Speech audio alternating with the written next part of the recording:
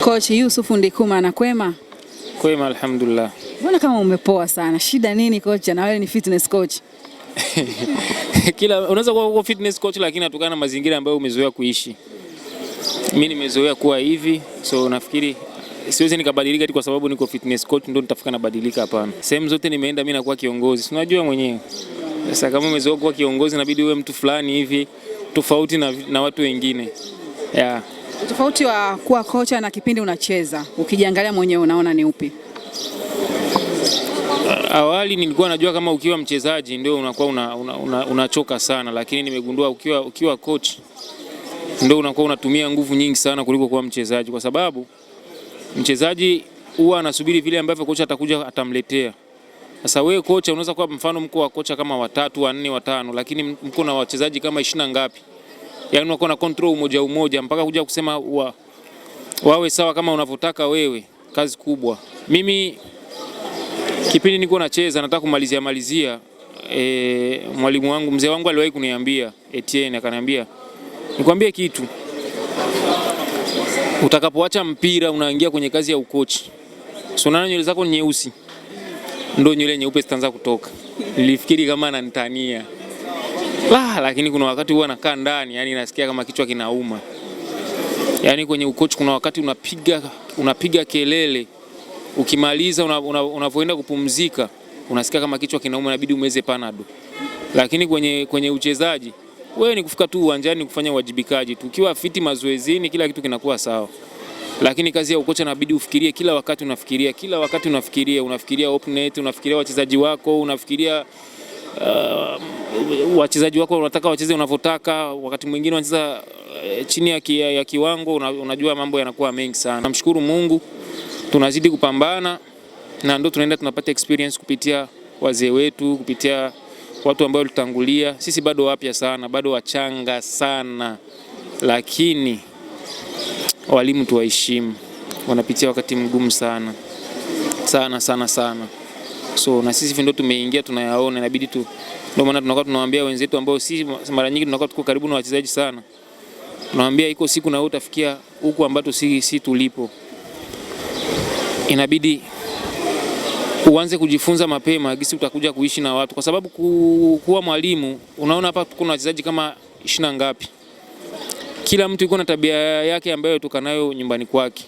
Asa fikiria uchukue mchezaji sijui kutoka Uganda, kutoka Rwanda, kutoka Burundi, kutoka Kenya. Alafu na kila mtu anakuwa yuko na jinsi kwao walimlea. Hao watu wote kuja wakusanyishe fasi moja, useme uwaweke unavyotaka wewe. Alafu tena watu wakubwa wameshakuwa watu wakubwa. Sio kazi rahisi kabisa, ni kazi kubwa. Siku ya kwanza unakuwa kocha wa viungo kwenye timu, ilikuwaje na ilikuwa ni timu gani? Mimi nimeanzia kocha wa viungo nilipokuwa Burundi. Nilivorudi Burundi nimecheza kama misimu miwili nikaacha. Katika hiyo timu ambayo nimeanzia Eko, wachezaji walikuwa wananiheshimu sana. So sasa nilianza kuwa kocha inaomba kwanza uwe serious sana. Utofauti na gisi ulikuwa mchezaji. Unajua watu ambao mlicheza nao afu unaenda kuwa coach. Wamekuzoea. Asa kuja kubadilika kutoka kwenye uchezaji kuwa coach. Kidogo inasumbua, lakini kama gisi nilivyokuambia mwanzo niliozoea kuwa kiongozi. Kidogo nilizoea mbio sana, na mimi niko na kitu kimoja, namshukuru Mungu. Kila sehemu nikitoka watu wanabaki na historia. Yaani hakuna sehemu ambayo niliwahi toka niko mchezaji mpaka saa hii nikatoka kwa vibaya. Kila sehemu nikitoka naacha historia. Unaacha kabisa, watu wakikuona wanasema huyu jamaa kweli alikuwa mtu. Yeah. Kwa mfano sasa hivi akitokea mtu anakuambia Yusuf Ndikuma, ukisikia David Mwasa unakumbuka kitu gani? Hapo nataka kuzungumzia finali Mbao. Tumepitia kipindi naweza kusema kipindi kigumu, lakini kipindi kizuri. Yaani kwa watu ambao wananitazama, kuna maisha fulani ukishapitia kila siku unayakumbuka. Mbao kama pangelikuwa uwezekano mpaka saa hii Mbao iwepo ligi kuu, ningekuwa na msaada wangu mkubwa ambao nilikuwa nautoa kwenye ile timu. Kwa sababu gani? Kwa sababu kuna maisha fulani ambayo tumepitia ambao mpaka saa hii ndio yanafanya mtu uwepo kwenye, kuna situation huwa zinatokea kwenye vilabu vyetu. Kama ulipitia ambao hivi vilabu vingine vyote haviwezi kukusumbua. Kwa sababu gani? Sababu ni hii. Mbao tulikuja tuko wachanga. Yaani sio kusema kama wachanga wa kucheza. Timu ilipanda ligi kuu afu ilikuwa haina uwezo mkubwa. Tukakusanyika tuko wachezaji, palikuwa watoto wadogo, watu wakubwa na watu wa katikati. Mbao ilikuwa sio timu ambayo unaweza kusema kama italeta msisimko mkubwa sana kwenye ligi. Watu walivyoichukulia mwanzo. Lakini nafikiri kwenye msimu wa kwanza tu watu wote waligundua Mbao wakasema la, hii timu inasumbua. Tukicheza mechi kubwa, tukicheza mechi ndogo, watu wanaanza kuja uwanjani mwanzo wakatuchukulia poa, lakini nafikiri Mtibwa tulifunga bao 5. Kama sikusahau. Alafu mechi za Simba na Yanga. Hizo ndio zilikuwa mechi zetu sasa. Simba na Yanga zilikuwa mechi zenu? Kinicho captain. Yes. Hizo ndio zilikuwa mechi zetu, manake Mbao Simba na Yanga wakisikia unakuja kucheza na Mbao, wao wenyewe wanasema ndio. Lakini kuna kipindi walituadhibu Simba. Tumeenda tumewapania kwa Mkapa. Kipindi cha kina Kichuya wakina Okwi walitupiga 5, hiyo siku nipata kadi nyekundu. Wakina Mavugo. Lakini nashukuru Mungu kuona nimepitia Mbao. Maana yake nimeishi wakati mzuri na watu wa Mwanza, naweza kusema ni watu wangu, viongozi wao, mashabiki. Ni watu ambao walikuwa hawezi kuambia kitu kwa ajili yangu wakakubali kiurahisi hivi, haiwezekani. Yaani walinishiba nikawashiba. Mimi naweza kusema kama Mwanza ni nyumbani. Mwanza ni nyumbani kwa sababu hivyo tu. Naweza kuthibitisha hilo kwa sababu ulivyotangazwa na TRA United kwamba ndio fitness coach wa timu, niliona comments zilikuwa ni nyingi sana. Kila mtu beki wa mpira 2014 huko niliziona hizo. Wakanasema beki ya mpira TRA United imepata mtu sahihi sana. Baada ya kutangazwa na TRA United, kwanza unajisikiaje? Na natamani pia kufahamu dili la kuja TRA United ilikuwaje? Hilo swali hata nikikuuliza wewe utalijibu. Kwa nini? Mtu ambaye ukimwona hapo unajua kama lazima aje na mwanae. Coach Etienne kama kawa. Alipo upo. Yes. Yaani ameingia nikaingia.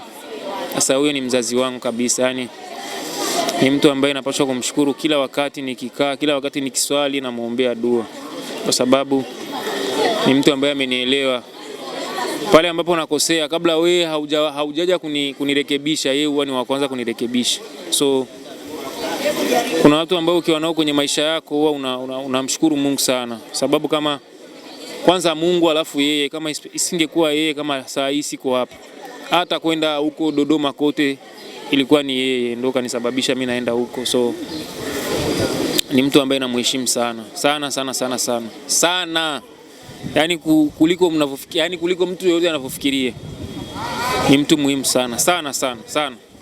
Ni kocha namna gani?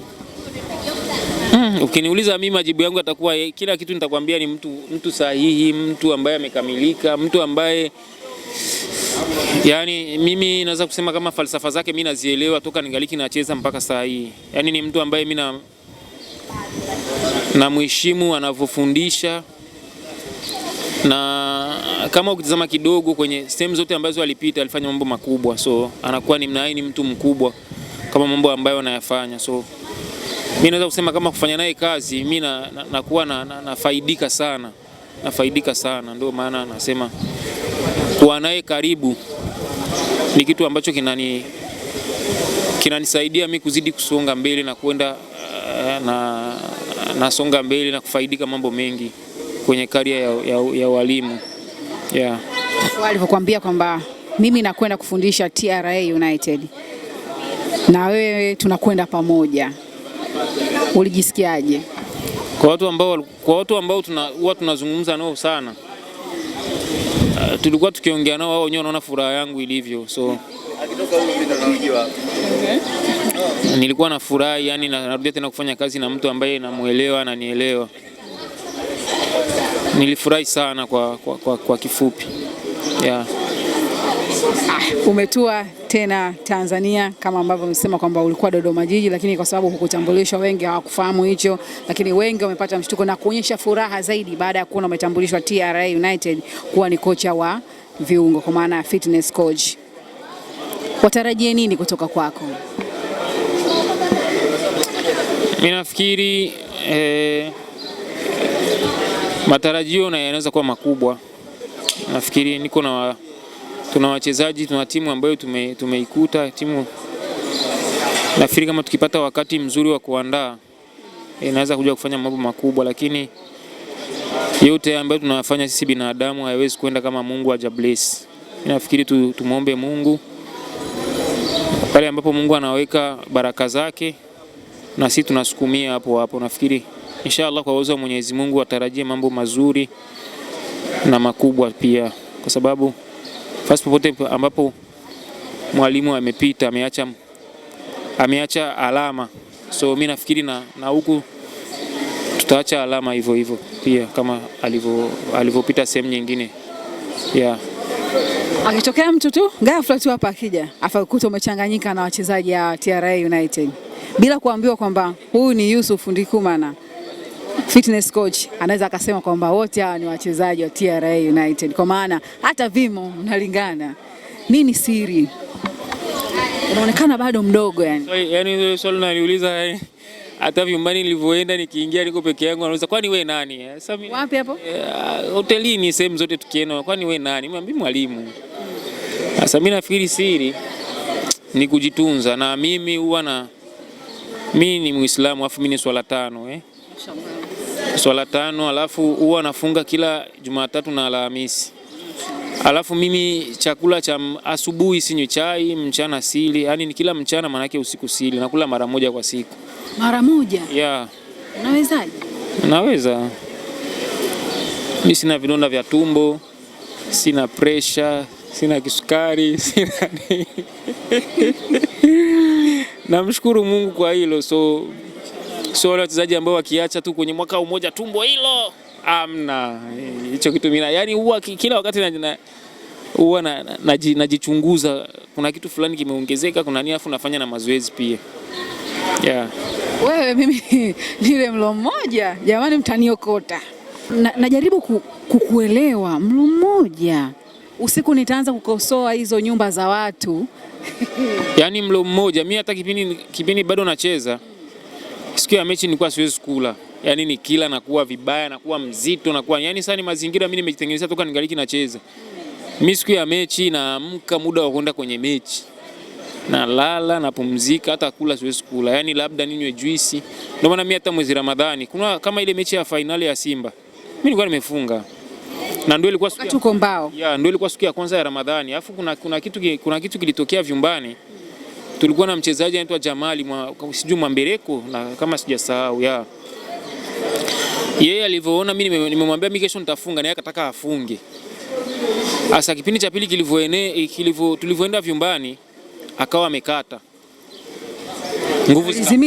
Nguvu zikaisha. Kazimia kabisa? Yes, nguvu ziliisha kabisa, akazirai, akamwomba mwalimu amfanyie hesabu. Mwalimu akaniangalia afu akaniambia, "Sasa nani amwambia mfunge?" Nikamwambia, "Kocha, wewe mwenyewe unanijua kama mimi kufunga mimi nazoea. Nimemwambia hivi hawa wengine wote Waislamu ambao wanataka kufunga, tuko safarini hapa, unaruhusiwa kula. Wasinifuatilie mimi nazoea kufunga." Palikuwa pako vile vindizi vidogo vile vya vindizi utamu vile vidogo. Walimpa pale, alikunywa na maji baada ya kuzinduka au yani hapo alikunywa na maji. Alikunywa na maji. Sasa mimi ilivyofika extra time, na mimi unajua tena kama mtu umeswaumu na nini, yani kuna kipindi kilifika nikaona sasa hapa na mimi nimeanza kuzidiwa, lakini nimeweka uso wangu chini kama Mwenyezi Mungu, usiniaibishi kwa sababu kama nimefanya hii swaumu ni kwa sababu yako, na wewe ndio muweza, wewe ndio unaweza kila kitu. So mimi nakuomba unisaidie nipate nguvu niweze kumaliza, na nafikiri kwa uwezo wa Mwenyezi Mungu kabisa maji nimeimalizaga vizuri. So mimi ni mambo ambayo nayazoea, hata nyumbani huwa wanajua hivyo, hawezi kunisumbua mimi. Kama ningekuwa na mke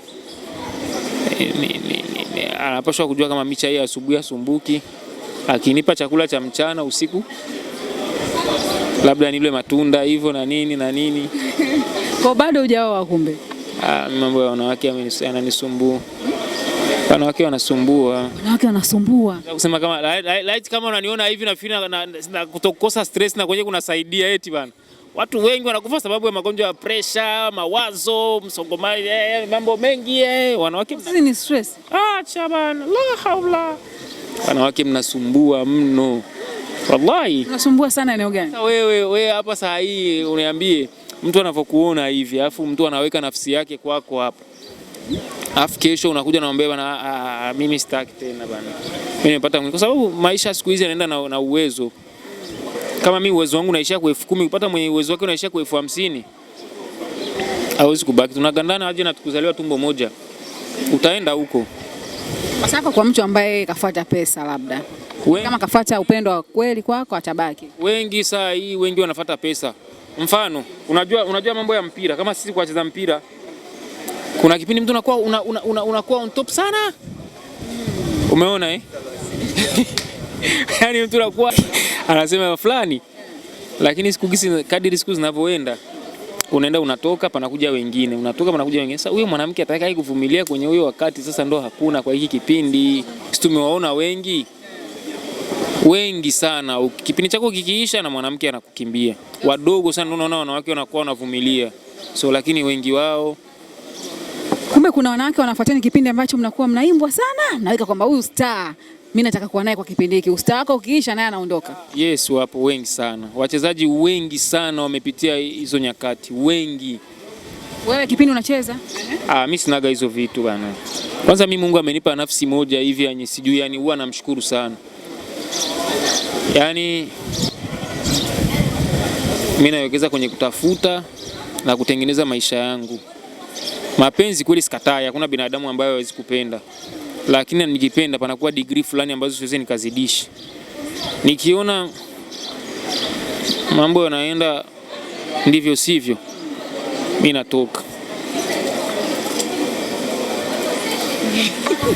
Sawa, nikurudishe nyuma, nilikukatisha ukisema kwamba wachezaji wengi wanapitia hicho kipindi napo wanakuwa wanafanya vizuri, wanapata wapenzi kwa kipindi hicho. Baada ya hapo mambo yanaendaje? Baada ya hapo si wapenzi wao wanakimbia. Wengi sana wanakimbia, hasa kama kujitengenezea mazingira. Unajua kuna kwenye wachezaji, kuna mchezaji ambaye wakati yuko vizuri anajitengenezea na maisha yake ya baadaye. Umeona? Na kuna mwingine kipindi yuko vizuri, yeye analala huku mpaka uvizuri wake ukiisha anakuwa hana kitu kabisa. Sasa hao mara nyingi ndio wanapata matatizo. Lakini kama umejua kujitengeneza, unajua bwana, nimetengeneza maisha yangu, hata ni boli ikiisha mimi naendelea. Huko mwenyewe unaniambia unaona kama niko vizuri. Wewe bado unaonekana mdogo sana. Maana yake kuna vitu fulani ambavyo viko sawa huko nyuma ya pazia. Ni matukio gani makubwa ambayo unayakumbuka mpaka leo wakati unacheza na Simba na Yanga? Matokeo ambayo nakumbuka, kwanza nikianzia Simba, kuna mechi tumecheza, Simba ametoka kupoteza mechi ya Kagera Kaitaba 2-1 kama sikusahau. Wamekuja wamepania, wanasema Mwanza lazima tuchukue hizi point. Kipindi cha kwanza wameshakula 2-0. Mechi kawawia ngumu kweli. Tukaenda mpaka kwenye dakika 70. Sijui nilifanya action gani na striker wao, nikazirai. Wewe? Lakini madaktari sawa walikuja wananitoa nje, wanataka kuniingiza kwenye ambulance. Nikawa nimerudisha akili, nikamwambia dokta, mimi naomba kurudia. Dokta akamwambia coach, Yusufu anataka kurudia. Akamwambia hapana, hawezi kurudi. Yaani mpaka kufika kwangu nje pale dakika 80 nimekaa pale nje na Simba wanatupeleka. Bado wanaongeza dakika 7 hivi. Wakachomoa la kwanza, wakachomoa la pili, wakapiga la tatu. kufungwa 3-2. Hiyo mechi iliniumiza sana. Yaani ndio mechi ya kwanza nimeona timu nzima watu wanalia. Timu nzima, wachezaji wote waliumizwa na ile game. Hiyo ndo nyakati naweza kusema kama vile na ya mechi ya Simba. Afu mechi ya Yanga nakumbuka tulivyowafunga mara pili mfululizo kwenye nusu fainali ya FA na mechi ya mwisho ya ligi, mechi ambayo tukipoteza tunashuka daraja. Hapo tumeanza kuwafunga FA, tumewafunga goli moja Abibu Kiombo nafikiri kama sikusahau.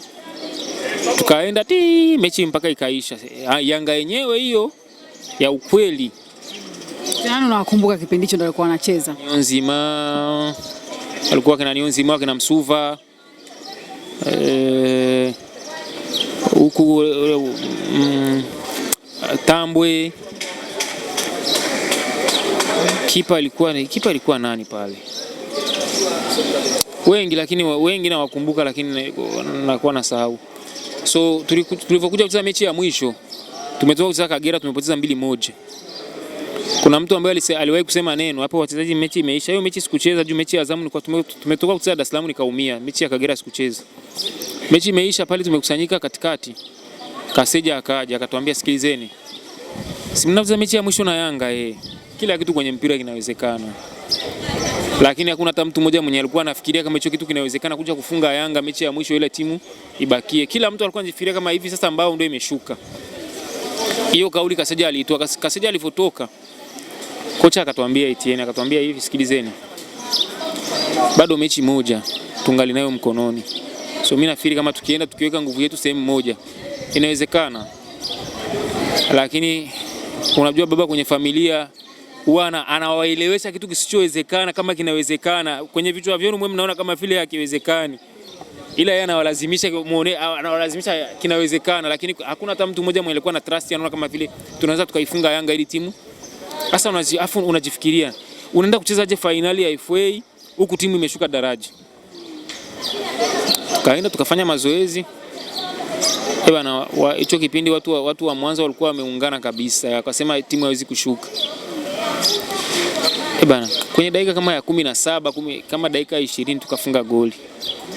Kwanza kabla si ya kufunga goli tulikuwa tunafuatana na Toto. Tukasikia Toto inafunga goli. Toto alikuwa anacheza na Mtibwa. Tukasikia bila shuka. Akasema mama unajua uko uwanjani masikio yako nje. Nasikilizia melia. Nikasema hapa tayari hapa. Hapa kupita kama dakika nyingi tukafunga. Bwana mechi kaenda hivyo mpaka mechi kaisha 1-1. Nafikiri ilikuwa historia. Afu kuna jamaa alikuwa kwenye Enzo yuko JKT. Kuna siku moja tulikuwa msikitini tunaswali kabla hiyo mechi. Mimi ndo nimeadhini. Sasa kipindi nilikuwa na adhini nikasikia kama kifuraha fulani hivi. Alafu nilipomaliza nikamwambia Enzo Yanga tunawaua. Akaniambia haiwezekani. Akaniambia tukifunga Yanga hii historia sintokufaga nimeisahau maisha. Nikamwambia kwenye boli hivyo vitu haviwagi wewe. Hapa hii mechi ikiisha tukishinda vitakuwa imekwisha. Alafu nakumbuka walipopiga tu mechi imekwisha. Alikuwa amekaa sehemu kule polisi wamemziwia asiingii. Mimi akili yangu yote ilinituma kwenda kwa Enzo. Nikamfuata kule akutane kwa analia. Unalia nini? Ulikuwa unalia? Yeye ndo analia. Mimi siliagiliagi ovyo. Nalia kwa nini sasa? Mtoto wa kiume alili hivyo bana. Nikamkuta Enzo. Nikamkuta Enzo yuko analia. Yusufu kweli tunabaki, naambia tunabaki Enzo. Analia vibaya sana. Hizo ndio nyakati huwa nakumbuka sana. Sawa. Mimi nikushukuru sana. Kama kuna chochote ambacho unatamani kuwaambia sasa mashabiki zako ambao walizoea kukuona ukiwa uwanjani unacheza, lakini leo hii wanakuja kukushuhudia ukiwa fitness coach wa TRA United. Mimi nafikiri kikubwa ni kuombeana tu. Kuombeana na kutakiana kheri basi. Hicho ndio naweza nikawaomba na mimi wanavyonipenda na mimi nawapenda hivyo hivyo. Nashukuru. Shukrani sana. Asante.